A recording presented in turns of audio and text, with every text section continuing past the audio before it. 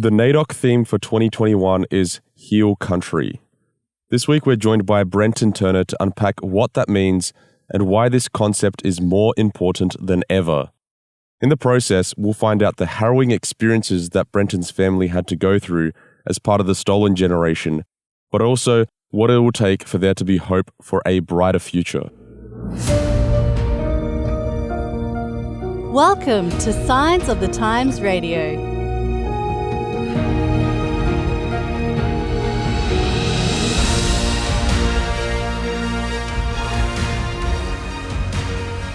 It is awesome to have Brenton Turner joining me this week for Signs of the Times Radio.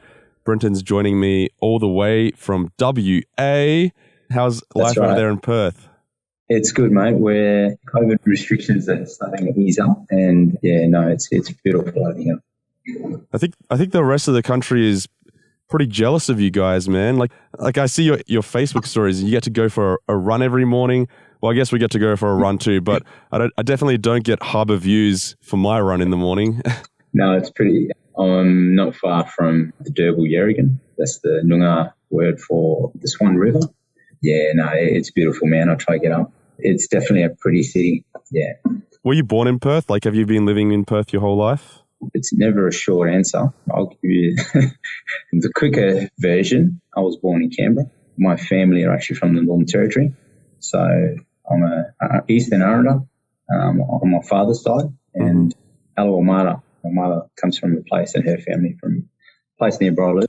The government work took my family to Canberra, and so I was born there, and we then moved to a place called Tennant Creek. Spent probably 4 years, early years of my life in Tennant Creek, and then most of my formative years up in Darwin, Northern Territory. And then we moved around a little bit. So I lived in Melbourne, Canberra, and spent some time in Newcastle, New South Wales, close to 10 years. I've lived in Kimberley, Adelaide, for the last, let's say, 10 years. Wow.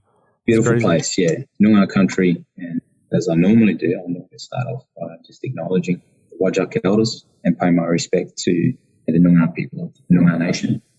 And what a privilege it is to be on their country. Absolutely. So you've obviously travelled far and wide. I mean, you've seen pretty much every corner of Australia that one can think of. But what is it that you've settled in Perth to do? What is it that your profession is, Brenton? My profession, I work with the state government, and I've just moved into a role working on our infrastructure projects. So my role is to deliver social outcomes and drive Aboriginal business opportunities and cultural learnings, and also the cool bits, the Noongar input into placemaking. So we have an opportunity to work with the architects to tell those stories through the hard structures. And so in terms of what I do, it's working in the infrastructure industry now.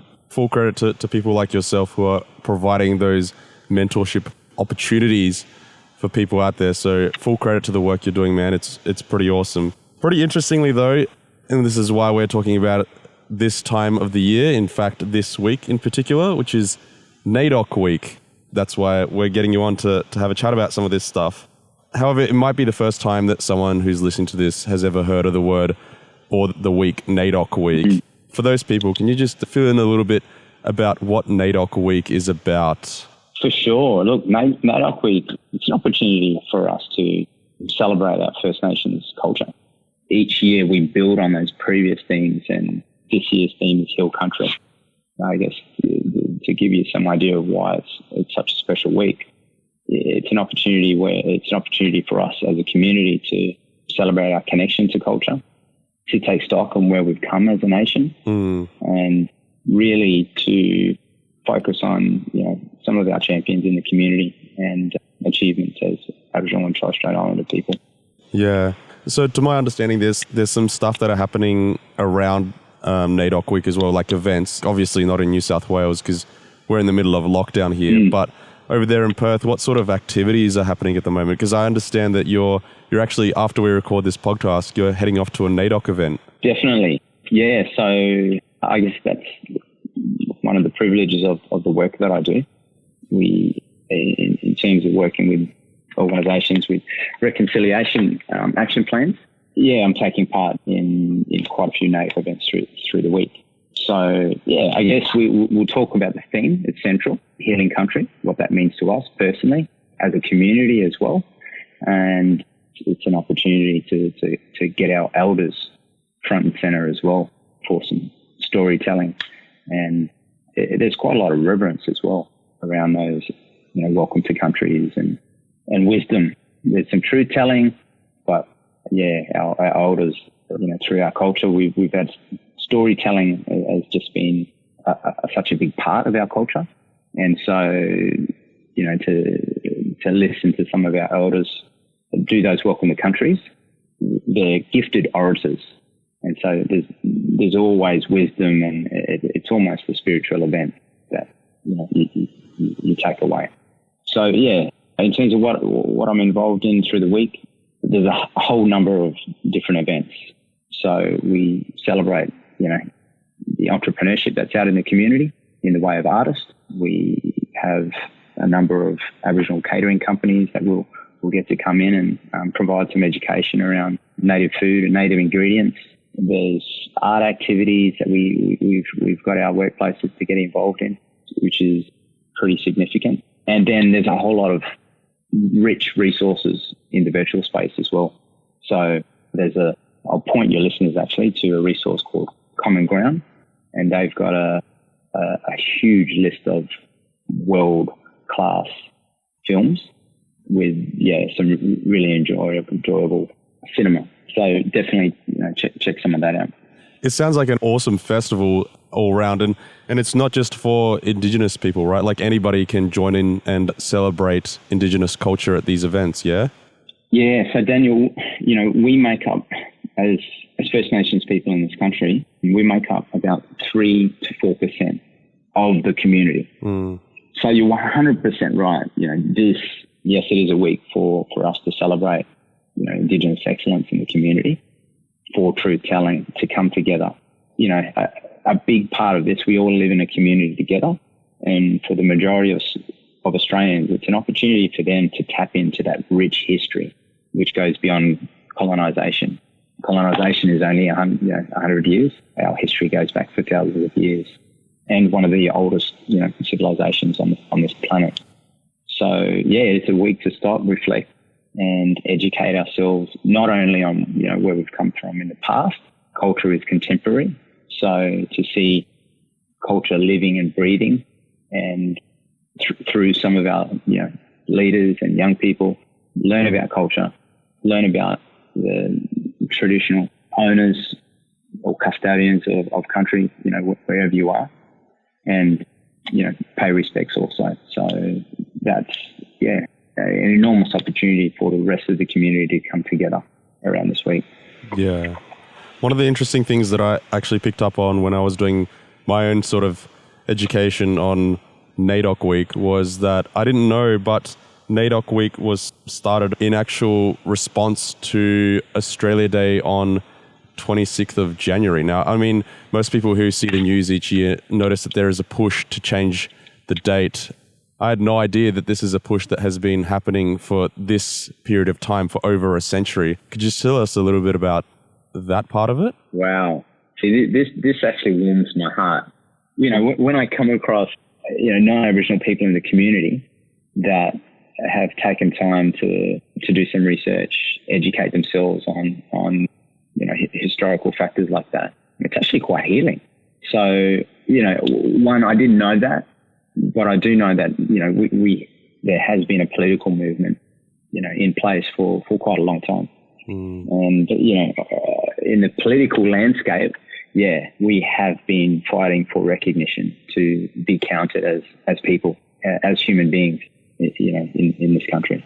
And that recognition, is that just a matter of the Prime Minister saying so, or does it need to be ingrained in somewhere like the Constitution? I mean, is it already in the Constitution or not? Yeah, well, technically, I guess if you go back to the 1967 referendum, we were first counted as people. So we were counted in the census. We were given the rights to, be part of the society. But there's still many barriers in, even that happened in 1967 things like stolen wages and stolen generation, we still had government policies that continued on past then that were, negatively impacting as a nation or as the first peoples of this country. And I guess we're still healing from a lot of those past policies. Yeah. And that really ties in with the theme of heal country, because Australia does seem to have a very racist past. I mean, when you look at things like White Australia policy, we look at things like the stolen generation, which personally affected you, and we'll jump into that in just a moment. Healing is an important part of what our country needs to go through, hey? 100%, yeah. And it's such a, important part. There's a few dimensions to that, where individually we're all healing from some sort of trauma. The trauma that our community has experienced is disproportionate to most average Australians. The sad part is a lot of that trauma through stolen generation, disparity in healthcare, incarceration rates. Sadly, we, in terms of being a developed country, we have the worst rates of youth incarceration in the world. Actually, it's in our backyard here in Perth. There's a place called Banksia Hill Detention Centre. And so we boast the highest rates for locking up our First Nations youth and have health issues. So these are some realities, I guess, that we're faced with in our community. And an interesting aspect of a lot of those youth that are locked up is most of them have health issues and mental health issues, like most of our inmates in the justice system. But instead of being able to access good healthcare, they're caught up in a system where they're institutionalized and no access to healing, unfortunately. It's pretty sad that you say all that. I mean, there was a Royal Commission more than 20 years ago, well over 20 years ago, in the 90s, that had to do with Indigenous deaths in custody. Now, can you just sort of reflect on that Royal Commission? Did it change anything for the better? Very few of those recommendations have actually been implemented. We've seen alarming rates of deaths in custody continue to rise. Any observer would say that was ineffective, and we need action so that our young men and women stop dying at the hands of law enforcement and the judicial services in this country. I'll just share a quick story. I think globally people are well aware of that slogan, "I can't breathe." Many people relate that to George Floyd and now a household name. Before that happened, David Dungay, this young fella, 26-year-old Dungari man, he died in corrective services in custody at the Long Bay Correctional Facilities on the 29th of December in 2015. This was before anyone even knew George Floyd. Video went global. There were 6 custodial officers that went into his cell, and then they jumped on him, and he couldn't breathe. He sadly passed away at 3:42 on the 29th of December. And his last words were, "I can't breathe," about 7 times. And he said, "I can't breathe. Please don't let me up." Absolute tragedy. But many people in Australia have no idea who David Dungay is and what happened. There's just no level of education around, from what I've experienced in the community, around the black deaths in custody issue that we have. Probably go as far as to say there's a high level of ignorance. So it's something that needs attention and I believe more education. Last year when there was the Black Lives Matter rallies all across the world, obviously, like you mentioned, what happened with George Floyd over in the United States, absolute tragedy there as well. I noticed that a lot of the Black Lives Matter rallies in Australia were actually doing so on this topic of Indigenous deaths in custody. That was the sort of the target of the rally.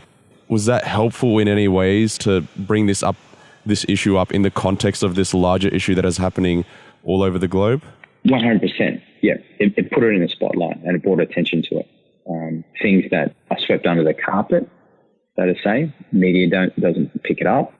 It was an opportunity to rally together because it was a global issue, so many people were impacted by what they were seeing over there in the United States and just the injustices. And yeah, people of all different nationalities, including white Australians and other minority groups, were compelled to join us in our fight for justice in this community as well. So yeah, it was a huge positive for the community. Like I said, it shone the spotlight on it for a season. We talk about the Black Lives Matter campaign and the blacklisting custody. So Tanya Day, so she was a Yorta woman from Victoria. She's a middle class woman. She's not someone that was living on the streets. She was inebriated on the train one day. She's got three kids that, well educated and contribute to the community. And while she was travelling home, the security guard found her and called the cops. Now, the police got there. The treatment that she received in custody ended in her death. She died 17 days later. She had injuries to the head. And she was treated like an animal, basically, in custody, resulting in her losing her life.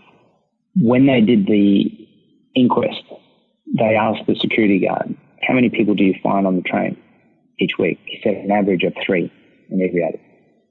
Do you call the cops on any of them? He said no. But there was an Aboriginal woman, and those negative stereotypes led to him calling the police. In the court of law, they used unconscious bias as a diagnosis or, whatever the reason why. So it means that he didn't do it consciously. The community, I guess the socialization that he had led to him believing that this person was a threat. And yeah, it led to, another death in custody. So people don't wake up, this is my point, people don't wake up and say that they're going to treat someone any differently. But when they come into someone from that race, which they harbour negative stereotypes against, it's an automatic process and they won't even realise that they've done it. And that's what the data will tell you when we look at healthcare in Australia, when we look at employment retention levels. Racism exists and it manifests itself in many forms. Some of it's overt, might be name calling, some of it's covert. It may be passive things you don't say. It may be, I've just got an opinion of what happened on the weekend around Adam Goods. No one's being racist. It may be that you don't have, what you don't know is going to negatively impact how you behave, basically. I think you're right. A lot of people won't realise that's a driving force. An average Australian, ask him, are you a racist? He'd probably tell you no. There's still underlying things there that, a lot of us need to confront that we don't even think that are there. Now, Brenton, just to sort of dial back and, when you mentioned earlier about the stolen generation. Now, I remember it was a few months ago that you and I were just texting and you shared with me this article about your grandmother that had been published in the ABC. Can you just tell us about her story? We talk about the stolen generation, government policies that affected our community, but for me, it's quite personal. I've seen the trauma, the lived experience of the stolen generation. With my 2 grandmothers on both sides, my father's side and my mum's side. Interestingly enough, I'll take a bit of time just to share a story about my father's mum, my grandmother on my father's side. She was taken at the age of, I think, 5. It's a bit of guesswork, but there was no history. My grandmother, there was obviously a lot of trauma attached to her experience. You never asked a question about her history. It was, just something that you never did. If you did, you would check, and you knew not to do that. And, her brothers were also split up and taken to different parts of the country. So she had 2 younger brothers that were taken to Melville Islands, a place called the Tiwi Islands up in the Northern Territory. And then she was taken to a place called Callan Compound in Darwin. Yeah, loss of culture, loss of language, and I can't imagine, the treatment that she would have got, because I've read another story that an auntie wrote who was in the home at the same time, and it was pretty horrible. They treated animals better in the community. Why were they being taken and treated in this way? Like, what was the justification? It was part of the assimilation process. Or by the government? Policy. Yeah, so the policy was to assimilate, to take kids that had light skin, and then the theory was that they would breed out the blackness over time. So, yeah, it's a form of genocide. It does sound very close to eugenics. That's shocking. My grandmother on my mother's side, she comes from a place called Roper River Mission. Back in the early 1900s, this was a place that they were starting to clear for industry. When I say industry, cattle stations. So there was a place called the African Cold Storage Company. My mum's gone back and documented some of this history, or some of this history was documented. She's gone back and done some research. But they were hiring bounty hunters to basically go through and massacre and wipe out parts of our family that lived there. Whoa. So, my grandmother's mother and my great-grandmother, she was a survivor of a massacre. She was found at the age of about 6 months.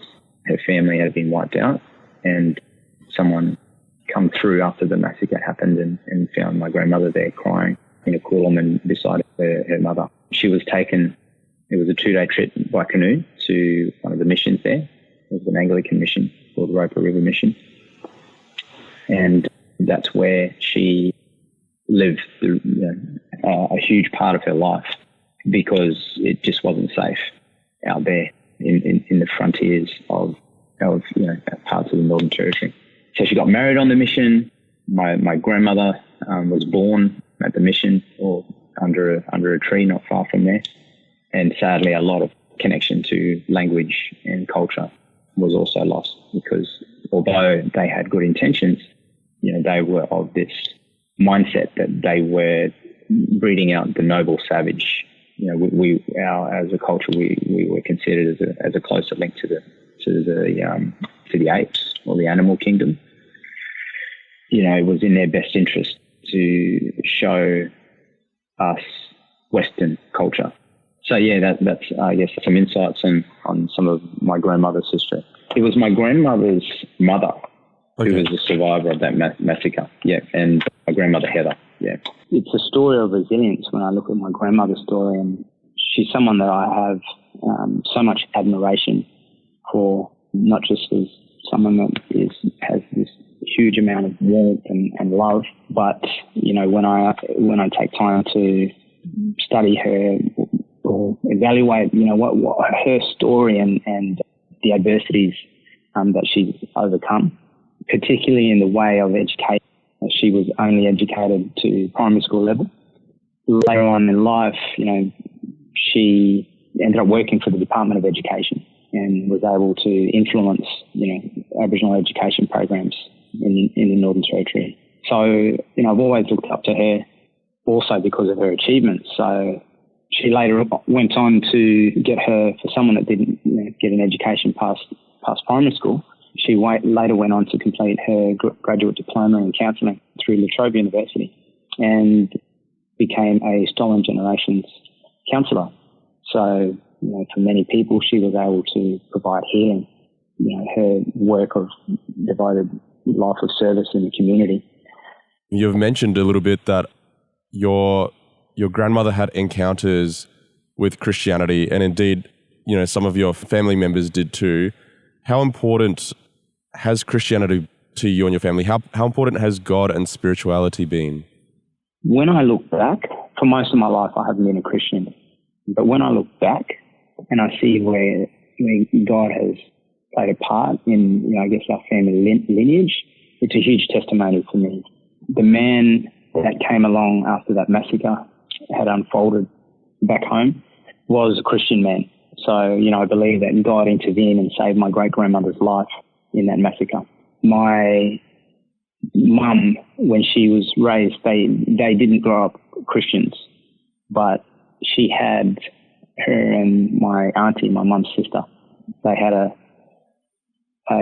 letter that was delivered in the mail about, do you want free Bibles? Now, they were poor, so they were like, yeah, we'll have a free Bible, it's free. And the second question was, would you like Bible studies? And they ticked yes. So it turns out that the people that were coming around to do Bible studies, also there was a link.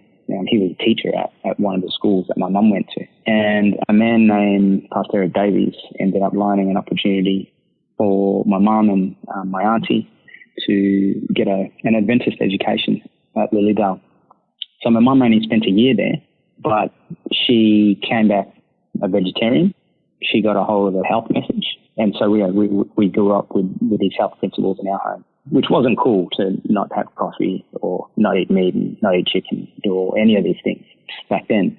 But, I praise God for my mum's access to those powerful health messages that came from that Adventist education. Christianity did arrive with those first boats there way back when. And even though it was a sort of a foreign thing that came along, Christianity doesn't exactly have to mean a loss of cultural identity for Indigenous Australians, does it? No, in fact, there's so many parallels. We believe in a creator God. We have stories in our spirituality that align with stories from the book of Revelation. These are powerful stories of significance in our own culture, and there's prophecy in those stars. So it wasn't a big jump for our traditional people, my ancestors, when they heard the story of the good news and our Creator and Jesus. Well, I'll give the example of up on the Torres Strait Islands, they actually celebrate this with a festival called the Coming of the Light. So many communities actually embraced it, not taking away from the atrocities that were imposed by the systematic removal of culture and stories and cultural practices. I don't want to not acknowledge that and romanticize some of the mission work that was done. Need to be real about how that's represented. But through that, there were some kind people that showed Christianity not only in principle but in practice and kindness. There were some kind people in those missions. And as I said before, in contrast to what was happening in terms of there were bounty hunters going out and massacring people, some of those missions were a refuge. I'll also let you know that, the ABS data, I think it's around 79% of Aboriginal people still identify as Christian. For a lot of Indigenous Australians, obviously we know about things like Dreamtime and stuff. Spirituality is a very important thing, isn't it? In Aboriginal culture, the spiritual world is not something of fairy tales. It's very real. It's not something you read about. It's a very real dimension. Yeah, it's quite different to Western constructs of spirituality. That world is very real because, in Aboriginal culture, spirituality is one of the most important things. Can you tell us a little bit about, obviously your family have survived this tragedy from both sides. How has that impacted you yourself as being a third or fourth generation survivor of the stolen generation? How does that feel for you and your family? Is it something that you still see the effects of to this day? I think the science is really clear on the impacts of trauma or intergenerational trauma, and we're seeing that in health outcomes. So, we have some of the poorest health outcomes in the world, highest rates of heart disease, diabetes, cancer, all of those leading lifestyle diseases that affect our community. That's a reality for my family. My father, our life expectancies, even for developed countries in terms of Indigenous people, are some of the worst in the world. They're worse than New Zealand, Canada, and the United States in terms of our Indigenous people. So, my father he died unexpectedly or suddenly from a heart attack at the age of 65. Not long after that, one of my parents, when I say one of my parents, my auntie, who also raised me, within months, an auntie of mine got bowel cancer and then passed away 8 months later. And then last year, my mum's brother, he got a tumour in his neck. Within 6 months, we lost him. So he actually came, stayed with our family, and we were able to care for him. And I guess the good news to that is he found God, and after some years of living a wild lifestyle and being in bikie gangs, he gave his life to God and became a Seventh-day Adventist. Oh, wow. He wasn't able to get baptised, but there was a profession of faith ceremony that took place in the hospital where he was. He passed away within about 2 weeks later. My brother has type 1 diabetes. We talk about these as stats in the community, but I share those stories because they're very real for my immediate family. Yeah. I have noticed that well-being is definitely a big piece of emphasis for you as well. Is it because of that? Oh, 100%. Yeah. We have an opportunity through lifestyle health to turn these things around. And this is why I guess we need to be on the front foot. Modern medicine doesn't offer a lot of the answers to dealing with a lot of these lifestyle diseases. And so, natural health, that's why I'm so passionate about it. Yeah, 100%. When we talk about this theme of heal country and the concept of healing, you've obviously outlined some of the trauma that still lingers in your family. Have you found any sort of solace or any ways where you have found healing? I guess there's a few different levels to spiritually, yes. Not long after losing my father to a heart attack, it was my faith that got me through that grieving.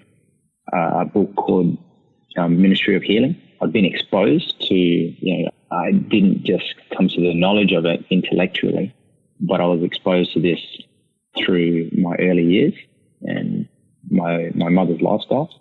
So, her life has been a testament to me as well. Yeah, spiritually, physically, emotionally, I've had the opportunity to work through a lot of that trauma. It's interesting that you actually mentioned some of those problems, just browsing around the web, and, you hear from various people who are not educated on this topic saying various things, and I'm sure that you've encountered systemic racism. I'll just share a little bit about my experience. I think the turning point for me was I had this unit at university about Indigenous Australians. It was all communications students were required to do this unit. And for me, it was eye-opening to do this subject because I found out so many things I had no idea about. And it pretty much answered all the questions about all the stereotypes that exist out there. So, for example, one of the things I found out was, a general stereotype, which is a very negative stereotype, is Indigenous Australians have, drinking or drug problems or something like that. And I found out through this course, actually, that a lot of the reasons stem from, when men arrived on Australia's shores and began killing Indigenous Australians through the stolen generation and through the taking of land as well. That loss of identity for Indigenous Australians was absolutely tragic, and to the point where still to this day they're trying to deal with it, the loss of land, because they are so connected with their land. Does there lie a problem with general Australian attitude towards Indigenous Australians because things like these, there's a lack of education? Here's the irony in it. Not only do we endure the impacts of almost being wiped out, that was the plan, that we were a savage race and eventually, we would die out. So, we endured past policies of genocide, massacres at the hand of private industry and also law enforcement, countless numbers of injustices by the judicial system, removal from our lands, the heartbeat of our society, removal from our families. And then we have to deal with the psychological warfare. That's the word I was looking for. So we endure all that. And then we deal with the psychological warfare. So you're told, these incorrect perceptions of your community about being welfare dependent, being lazy, being violent, being drunks, and people that don't contribute to society. So how's the irony of that? After you just survived 200 years of colonialism, and then you cop from the community that psychological warfare through those negative stereotypes. That's the realities of what being an Aboriginal person in this community. That's what you're faced with, and there's multiple levels of that prejudice that you come up against. Most of it you're not even aware of, but some of those systems of oppression, it might be just accessing the economy. Your grandmother hasn't had access to education past primary school level because that was the policy. They were trained to go into domestic roles. So, we could drive a lot of the pioneering industries, but no one in your family, has had access to education. Or you were eliminated from the economy because you weren't able to work or get paid the same amount. And if you did work, it was stolen wages. And then you get terms like, welfare dependent, government gives you, the problems are the government gives you too much money. So these are some of the frustrations, I guess, that I deal with. The realities of it, and, this is what the data will tell you.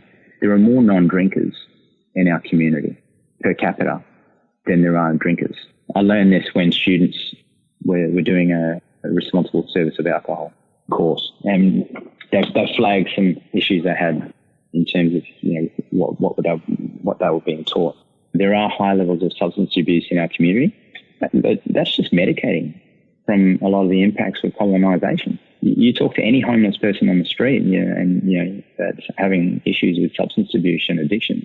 All of them have got a horrible story. They didn't just wake up one day and say, look, I'm not going to be able to function in society. And so, I don't think really that many of our community have a real awareness of some of these issues, or even educated on the facts and the truth. I think one of the most common ones that I hear about Indigenous Australians is that one that you mentioned, that Indigenous Australians are quote unquote lazy and that they get free welfare. I mean, it's a very sort of harmful stereotype that's peddled around, that they get paid millions and they get special treatment and that sort of stuff. Is this actually the case? I've worked in the career space for a long time. I often have people that will call up and say, look, we've just found out that for generations I have Aboriginal heritage, but that was, I guess, covered from us, or it was hidden because basically their grandparents chose to not identify as a means of survival in this country. At that point, there's some nervousness around accessing services that are available, whether it be employment initiatives, educational, incentives, and so on. What you take on when you identify as an Aboriginal a person in this country is, there may be some initiatives that you can access, but it's nothing compared to, then it may be the cultural obligations. You'll be becoming a part of a community that's the most disadvantaged community, in the world, in a developed country. So that psychological warfare that, you will then have to deal with, issues with identity. So with no choice of their own, they may have been a result of the assimilation policy. So they may be light-skinned, but their grandmother was, their indigeneity or their heritage was stolen from them. So a generation or two later, that's important. I've got a young brother who just moved over from Tasmania, and it's so important for him to acknowledge his heritage. And yet he's a fair-skinned brother. He has to continually deal with ignorance and justify his heritage. He'll spend a lifetime doing that. He lives in his own country.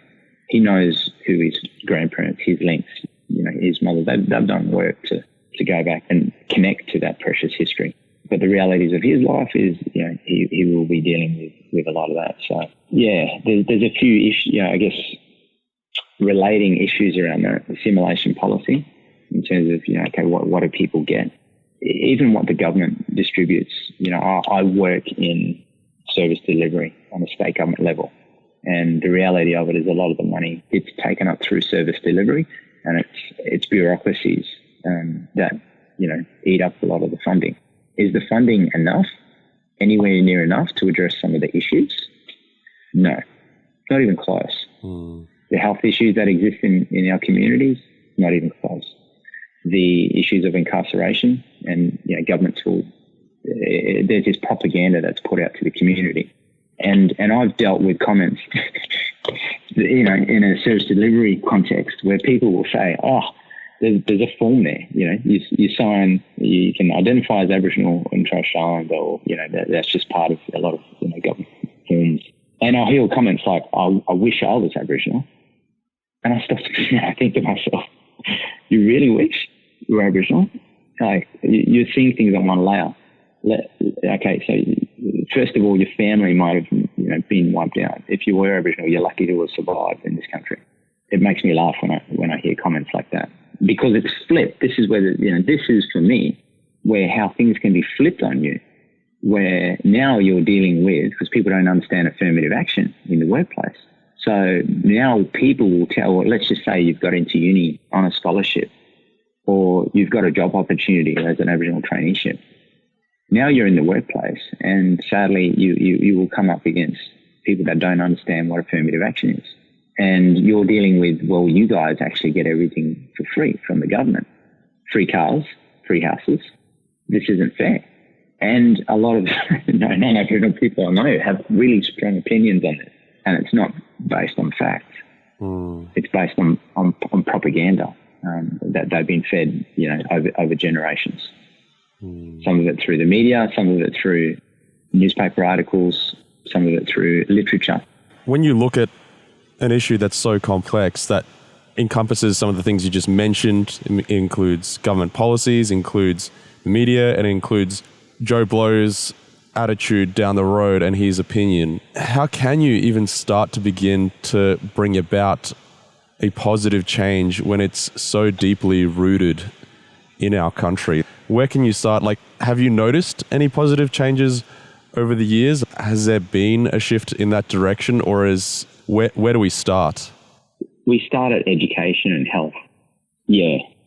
So this is why NAIDOC Week, I'll tie it back into NAIDOC Week. The year before last, one of the themes was voice, treaty, truth. So, the solutions and how we move forward, I think, are in those three themes. It's important for us to have a voice, to share our stories of trauma with the community, to start that process of healing. The next part is treaty, coming together. Our community is made up of relationships. Your neighbour, your own neighbourhood, the people that live next to you, the sporting clubs that you're a part of, whatever it is in your community. This is an opportunity for Australians to start that healing process and start that education process. But it is about coming together, and relationships are central to that process of acknowledging the wrongs that have been committed. As a nation, I think we all, that's important to own, because if you're not part of the realities is that we continue to enjoy the privileges of those systems that we've put in place. And the third one is truth. And I think truth is so important. Truth sits above all of those. And the truth will set us free. If you don't have access to education, understanding what happened in the political landscape, then you're at danger of the lies that's been bred for, of digesting those lies. Those lies have been, through our education system. I remember in school, I was in geography class, and one of the, my geography teacher in year 9 pointed out that, we were Aboriginal people were linked to the apes. And she pointed out the shape of my head. Whoa. As a live example, just to illustrate that ideology. So, things like social Darwinism is still perpetuating some of these truths. So truth is important. You need to be able to access truth. And, there are many platforms in which you can, I guess our community can start accessing that, that truth. That our culture is not, all those negative stereotypes about laziness and drunks and, there's a long list we can go through, but it's not the realities. For me, I've been brought up in a non-drinking family. Part of that truth is also linked to NAIDOC Week, celebrating the successes that we have. We've still got a long way to go, though. Just in response to one of the things you mentioned there about building a relationship and, acknowledging the past as well, a lot of Australians will remember that it was actually over a decade ago when Kevin Rudd stood up and made an apology. I've heard it said before that, that one apology is enough. From your point of view, was that one apology from the government? What sort of significance did that moment have, and was it enough? Was it too little? Was it not enough in that moment? How does that moment lie with you and your peoples? Yeah. Okay, look, I'll do a parallel. I think it was a starting point, but it was words followed with no action. It means nothing. And when I say action, there was no, my grandmother, she's part of a class action for compensation, what happened to her family. And that, gives people an opportunity to deal with some of the trauma that was caused. We had, after the massacre in, I think, Port Arthur, the government did a buyback of guns in Australia. So high-powered, weapons, and I don't know all the details, but basically a lot of farmers and people with guns, they were confiscated and they were destroyed. It was good. They took them off the market. Semi-automatic machine guns and whatever. Everyone that owned a gun was compensated duly and appropriately for what was taken from them. That was, a material thing. People were ripped from their families, and there's been no real steps taken to reciprocity to heal some of those wounds, to access trauma counselling. So, that was a long time ago, 1997. We yet to see any follow through from what happened there. But I commend the Prime Minister at the time. Even something as saying sorry, even acknowledging it. People were so outraged. How dare he, take any form of responsibility as our nation's leader for saying sorry? That's the bit that astounds me, and how people, the opposition to that was enormous. The people listening today, they may have already had a lot of their barriers challenged by you. We've heard the story of your family as well. Can you sort of tell us about what your family are up to? Yeah, so look, thank you for the opportunity to share a yarn about my family. As an Aboriginal person, it's something that I love to do. And also, it highlights some of those values that have come through my life. And some of the achievements of my elders also, I find help change perceptions as well. So, I'll share a yarn about one of my grandfathers. His name is Charlie Perkins. He's my father's brother, younger brother. Sadly, my father lost his father, my grandfather, when he was 11. And so I never grew up with my father's father. So this man, Charlie Perkins, was that grandfather figure for us. His athletic attributes gave him opportunities to achieve success on a national level here in Australia. He then was one of the first Australians to go over in England and play soccer. And he played in the fringes of Liverpool, and played on the fringes with a team named Everton. He finally got a contract with one of the greatest teams of all time in 1969 with Manchester United. He actually turned down that contract to come back to Australia and pursue a fight for justice. And part of that pathway also took him to America. He spent some time with Martin Luther King Jr., learn about their civil rights movement over there. He then came back to Australia and he was one of the first Aboriginal people to graduate from the university. Wow.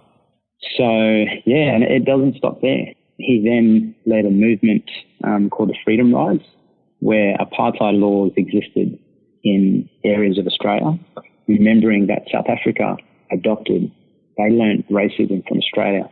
So they adopted their apartheid regime from Australia. So, his goal was to confront some of these injustices in areas of outback New South Wales, and led the Freedom Rides with a whole bunch of uni students. I also want to add that 80% of those students on that and people fighting for that cause were non-Aboriginal Australians fighting for Aboriginal rights. That's actually healing. When I've gone back and researched some of those stories, that's healing for me to know that average Australians out there, white Australians that have stood up for injustices in this country and help further our cause. Yeah, absolutely. And, even while you're talking about the topic of football, I'm a massive football fan. I go for Adelaide United. And one of our second highest scorer ever, his name is Travis Dodd, was an Indigenous man, and he actually became the first ever Indigenous person to score for Australia in an international match. So we're very proud of him for what he did for club and country there as well. Just the stories you mentioned really break down some of those barriers and misconceptions. But, there's a lot of work to still be done, obviously, as we've, unpacked throughout this podcast.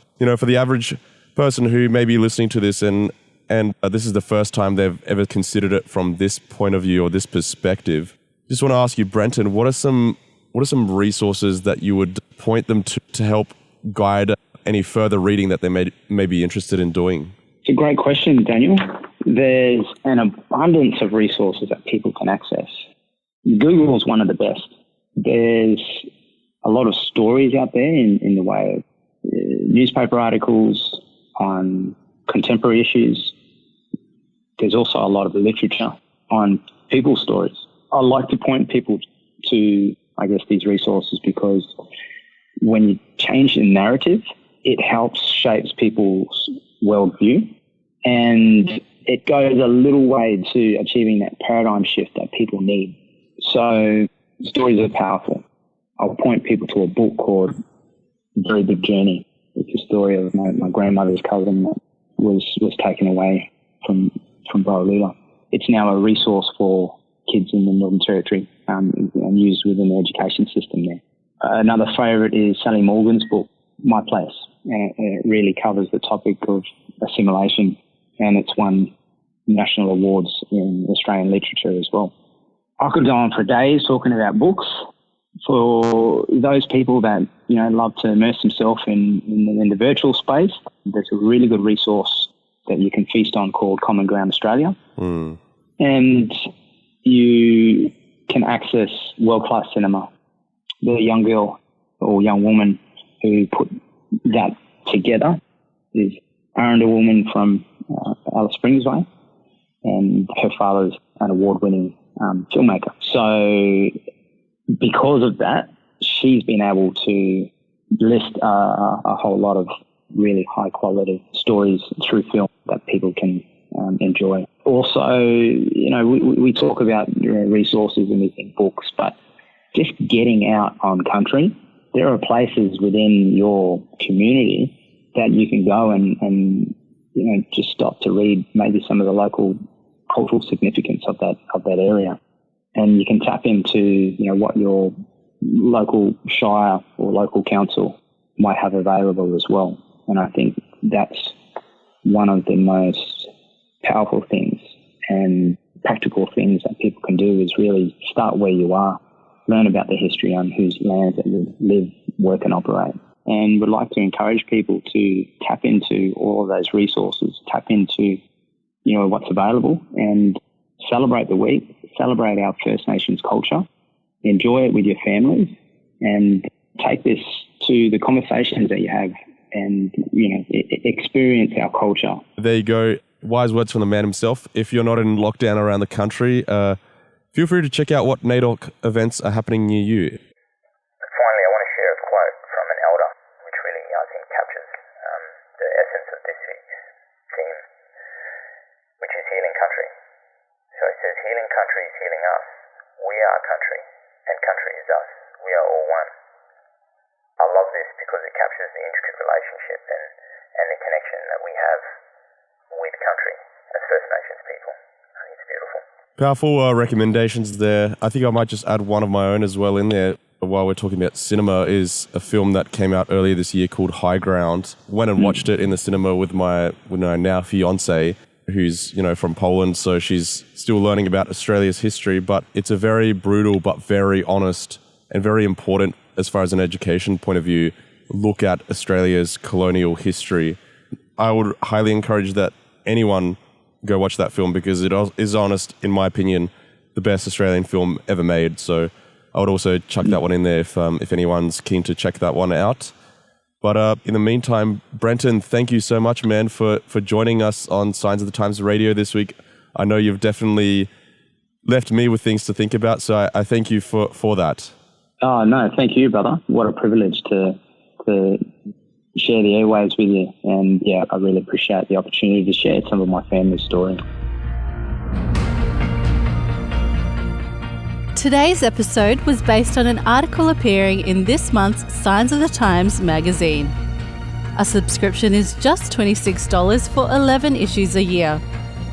To find out more, visit signsofthetimes.org.au in Australia or signsofthetimes.org.nz in New Zealand.